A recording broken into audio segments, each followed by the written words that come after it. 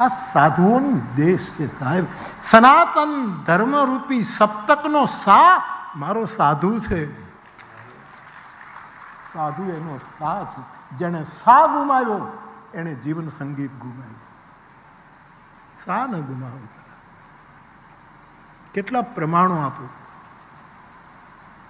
શ્રીમદ ભાગવતજીમાં દુર્વાસાને ભગવાન કૃષ્ણ કહે છે, કાલે કહેશો તો હું શ્લોક લાવી દઈશ.